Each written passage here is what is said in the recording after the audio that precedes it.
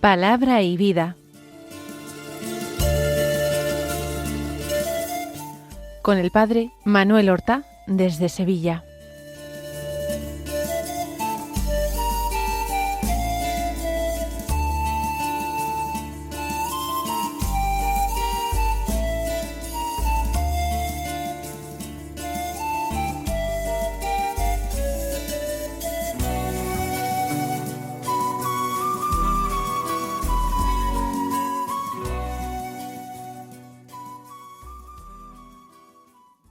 En el nombre del Padre, y del Hijo, y del Espíritu Santo.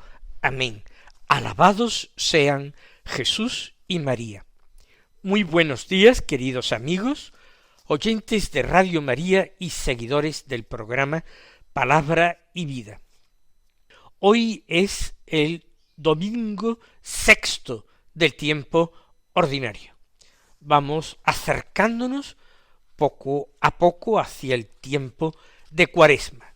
De hecho, solamente llegaremos a vivir el octavo domingo del tiempo ordinario y después se interrumpirá el tiempo ordinario el miércoles siguiente con el comienzo de la Cuaresma. Pero estamos en el tiempo ordinario y estamos en el día del Señor, en ese día eminentemente pascual en que los cristianos recuerdan la alianza nueva, la alianza eterna que Dios suscribió con la humanidad, con la sangre de Cristo. Esa salvación que se ofrece gratuitamente a los hombres por la sangre del Mesías derramada como expiación por nuestros pecados. Y vamos a escuchar la palabra de Dios que se proclama en la liturgia de la misa. Hoy, antes del Evangelio, hay dos lecturas, una del Antiguo Testamento y otra, una epístola. Del Antiguo Testamento tenemos un texto del profeta Jeremías, del capítulo 17, los versículos 5 al 8, que dice así: Esto dice el Señor: maldito quien confía en el hombre y busca el apoyo de las criaturas, apartando su corazón del Señor. Será como un cardo en la estepa, que nunca recibe la lluvia. Habitará en un árido desierto, tierra salobre e inhóspita. Bendito quien confía en el Señor y pone en el Señor su confianza. Será un árbol plantado junto al agua, que alarga a la corriente sus raíces. No teme la llegada del estío, su follaje siempre está verde. En año de sequía no se inquieta, ni dejará por eso de dar fruto. Este texto de Jeremías encierra una bendición y una maldición. Maldito quien confía en las criaturas y por eso deja de poner toda su confianza en Dios, y bendito quien confía totalmente en el Señor. Y quizás veamos este texto extremadamente sencillo de entender. Lo es, no hay ninguna complicación. Están definidas dos maneras de situarse en la vida, en el camino de la vida: el abandono y la confianza plena en Dios, o la confianza principalmente puesta en las criaturas de Dios, en el hombre, en mí mismo. El porvenir que espera a cada uno de estos dos tipos de hombre es distinto. El que confía en el Señor como árbol plantado junto a la acequia que hunde sus raíces en un terreno húmedo. Y por tanto no le importa si existen o no lluvias, incluso en los años de sequía sigue estando verde y dando fruto. El otro se compara a un cardo de la estepa que languidece habitando en tierra árida. Pero así como es fácil de entender, resulta bastante más difícil de vivir. Porque a las criaturas las vemos, apreciamos su fuerza o su inteligencia, su ingenio, su belleza, descubrimos las utilidades que tienen, cómo de muchas maneras pueden ayudarme a mí.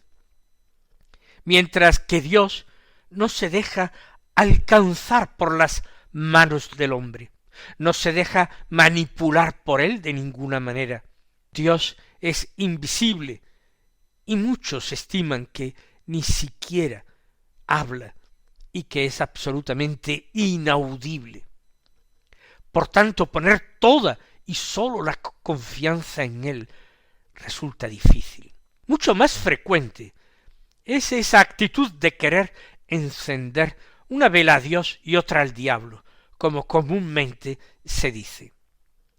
Querer de alguna manera estar a bien con Dios, por si acaso me cae algo, por si acaso me puede venir alguna pequeña ayuda del cielo, pero principalmente poner la esperanza y la confianza en las criaturas y buscarme yo la vida por mis propios medios, porque en definitiva, como algunos dicen, lo que yo no haga por mí mismo, ¿quién lo hará? De hecho, las lecturas de hoy, particularmente el Evangelio, nos están invitando a la actitud de la confianza, del abandono. La antífona de entrada de la misa de hoy es un versículo, un par de versículos del Salmo 30. Es así: sé la roca de mi refugio, oh Dios, un baluarte donde me salve, tú que eres mi roca y mi baluarte. En Dios está mi defensa, mi refugio, mi protección. Evidentemente, esta primera lectura está conectada, siempre lo está, con el Evangelio. Pero antes hay una segunda lectura de la primera epístola de San Pablo a los Corintios, del capítulo 15, los versículos 12 y luego del 16 al 20, que dicen así: hermanos, si se anuncia que Cristo ha resucitado de entre los muertos, ¿cómo dicen algunos de entre vosotros que no hay resurrección de muertos?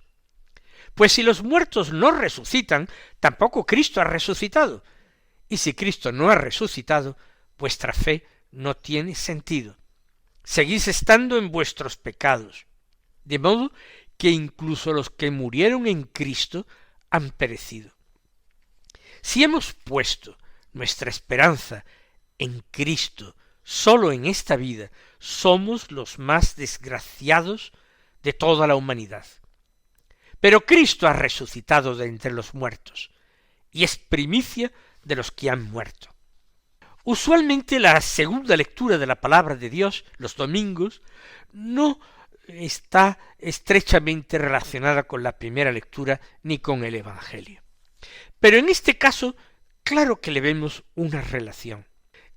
La resurrección de Cristo es el fundamento poderoso, último, definitivo de nuestra esperanza. Ahí es donde nosotros podemos afincarnos, ahí es donde tenemos que echar nuestras raíces. Ahí la confianza nuestra se muestra absolutamente imbatible. Pero si Cristo ha resucitado y nosotros lo creemos firmemente, por eso reprocha Pablo a los Corintios en esta carta: ¿cómo es que algunos de entre vosotros están diciendo que no hay resurrección de los muertos? Si nosotros no vamos a resucitar es porque Cristo tampoco resucitó en su momento. Y si Cristo no resucitó, nuestros pecados no han sido expiados. Porque no somos nosotros los que expiamos los pecados y alcanzamos el perdón. Es el Señor quien generosa y gratuitamente ha pagado por nuestros pecados, muriendo en la cruz, pero resucitando. Porque si la muerte hubiera sido definitiva para Cristo, si hubiera sido vencido por la muerte, entonces no habría alcanzado la redención de los hombres. Pero no, Cristo ha resucitado. Nuestra fe tiene sentido. Nuestros pecados han sido perdonados. Nuestra esperanza teologal, nuestra confianza, está puesta toda en el Señor. Y esto es motivo de alegría, es uno de los grandes motivos de alegría por los que nosotros celebramos cada domingo.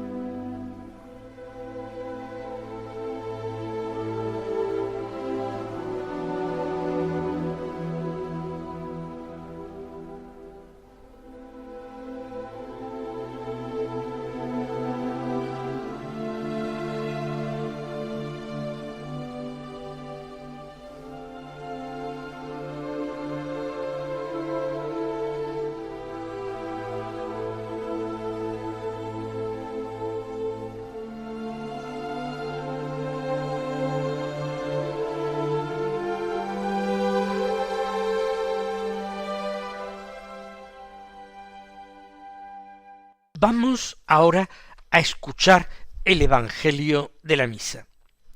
Es según San Lucas, del capítulo 6, los versículos 17 y luego desde el 20 hasta el 26, que dicen así: En aquel tiempo Jesús bajó del monte con los 12, se paró en una llanura con un grupo grande de discípulos y una gran muchedumbre del pueblo, procedente de toda Judea, de Jerusalén y de la costa de Tiro y de Sidón.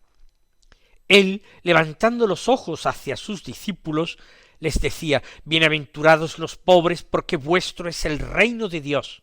Bienaventurados los que ahora tenéis hambre, porque quedaréis saciados. Bienaventurados los que ahora lloráis, porque reiréis.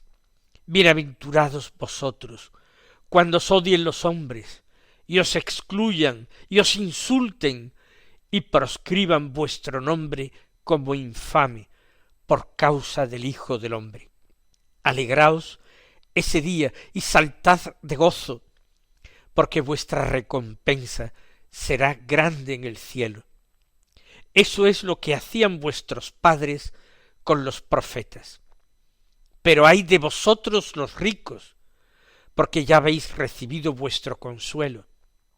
Ay de vosotros los que estáis saciados, porque tendréis hambre. Ay de los que ahora reís, porque haréis duelo y lloraréis. Ay si todo el mundo habla bien de vosotros. Eso es lo que vuestros padres hacían con los falsos profetas. Ya saben ustedes que hay dos versiones de las bienaventuranzas. Las que da el evangelista San Mateo, que enuncia 9 bienaventuranzas, en realidad son 8, porque la octava y la novena son la misma bienaventuranza, en realidad son 8, como luego el catecismo la recoge y los niños, por lo menos en otro tiempo, nos aprendíamos de memoria. Y luego la otra versión es la de San Lucas, la que ha correspondido leer hoy, que estamos en el ciclo C de lecturas dominicales, y leemos principalmente el tercer evangelio, el evangelio de San Lucas. En el evangelio de San Lucas sólo se enumeran 4 bienaventuranzas. Eso sí, a continuación se añaden 4 malaventuranzas o 4 ayes. En realidad, enunciar las bienaventuranzas como 4 o como 8 no tiene mayor importancia, porque en realidad la primera bienaventuranza resume a todas. Las demás bienaventuranzas son matices, detalles, acentos que se ponen en la gran bienaventuranza de la pobreza.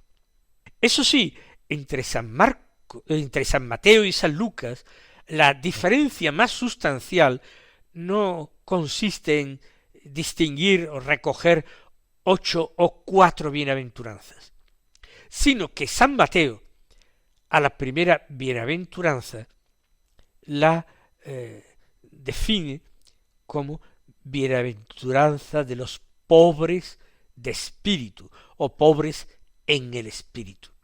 Mientras que San Lucas a los pobres no les pone ningún adjetivo y dice simplemente los pobres. De hecho, ambos evangelistas quieren decir lo mismo. Quizás el evangelista San Lucas, que hemos escuchado, que tiene una inquietud social profundamente marcada hasta el punto de que su evangelio, el tercer evangelio, ha sido a veces llamado el evangelio de los pobres, y que escribe para una comunidad que era incluso materialmente pobre, y de esta manera la consuela, porque no tiene riquezas de este mundo, pero tiene el amor y la predilección del Señor. Lucas dice simplemente bienaventurados los pobres. Pero no se trata simplemente de una pobreza económica, de una pobreza material. De hecho, Jesús bendecirá, como toda la Escritura, el Antiguo Testamento, a quienes socorren a los pobres, a quienes dan limosna, a quienes se preocupan de los huérfanos y las viudas. En definitiva, la pobreza material económica, al menos una pobreza grande, se considera también en la Escritura un mal. Y la Iglesia, a lo largo de sus 20 siglos de historia, por la caridad que su esposo Jesucristo le infunde, movida por el amor a los hombres, trata de vencer, de remediar, de aliviar la pobreza. Porque la pobreza en sí, ese tipo de pobreza, no es bueno, y lleva con frecuencia a pecados, a vicios, a ignorancia, a cierta maldad. No, la pobreza sin más especificación no es buena, sino que debe ser evitada, tiene que ser combatida para que desaparezca. Pero no los pobres, porque la pobreza es una actitud interior. Es una forma de estar en el mundo, de relacionarse con el prójimo, de relacionarse con las cosas y principalmente de relacionarse con Dios. Y no crean ustedes que es una experiencia fácil, ni mucho menos. De hecho, Dios a sus grandes amigos, los santos, aquellos amigos fuertes de Dios, Dios les permite pasar en su vida por profundos periodos de prueba, de oscuridad. La noche oscura la llamaba San Juan de la Cruz. Otra gran mística carmelita, Santa María Magdalena de Pacis, vivió varios años en lo que ella llamaba el lago de los leones, y nosotros podíamos llamar más bien el foso de los leones. Ella hablaba del lago de los leones. Tenía tentaciones de suicidio, no privativo de María Magdalena de Pacis, también la experimentó esa tentación San Ignacio de Loyola. Esa negrura honda que llenó el corazón de Teresa de Lisieux, de Teresa del Niño Jesús, en algún momento de su vida, que llenó el corazón de otra Teresa del siglo XX, Teresa de Calcuta. ¿En qué consiste esa noche interior profunda? Pues en una experiencia honda de lo que es la pobreza del espíritu. Saber que uno no es nada, no tiene nada, no puede nada, no merece nada. Pero nada con sus 4 letras sin ningún tipo de paliativo. Sí, dicho con palabras, es aceptable. Cuando eso se experimenta en lo hondo del alma, puede ser absolutamente insoportable. Pero Dios lo permite a sus amigos más fuertes, a las almas más templadas en la fe, en la esperanza y en el amor, para que vivan esa bienaventuranza de forma plena y alcancen la gloria más alta y la recompensa más alta. Ser pobre de espíritu es vivir, por una parte, aceptando recibirlo todo de Dios y de los hombres, sabiendo que no merecemos nada, que nada se nos da como premio, como salario, como recompensa, sino que se nos da en perfecta gratuidad y que nosotros tenemos que recibir en esa perfecta gratuidad. Alguien que es pobre de espíritu jamás dirá: Señor, ¿y por qué a mí me concedes esta gracia? Un pobre de espíritu no dirá semejante cosa. Se percibirá pecador, se percibirá malvado, indigno, pero no dirá: ¿por qué a mí?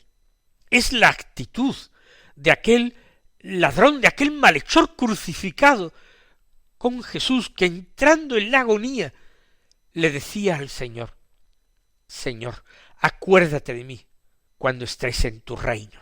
Él no esgrime absolutamente ningún mérito ni ningún motivo por el que el Señor debería tener misericordia de él, acordarse de él.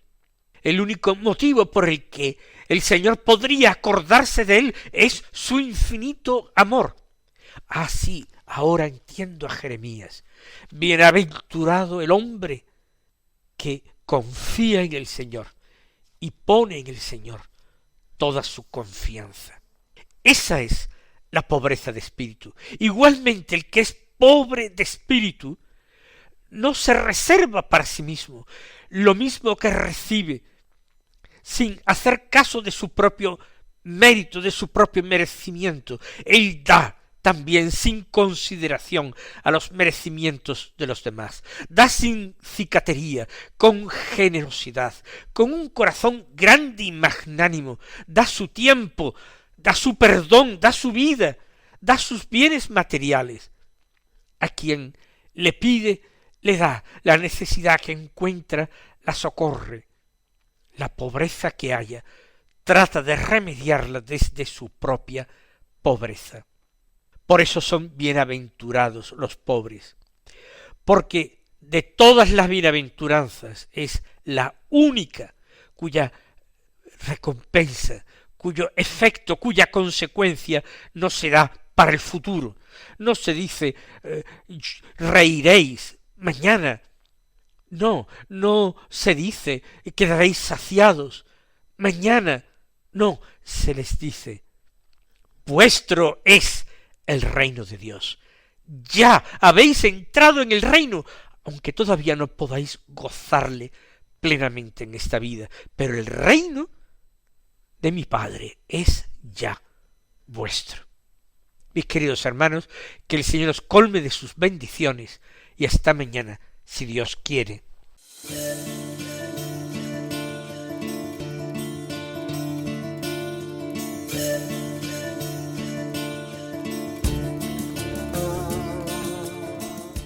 Han escuchado en Radio María Palabra y Vida, un programa que dirige el Padre Manuel Horta.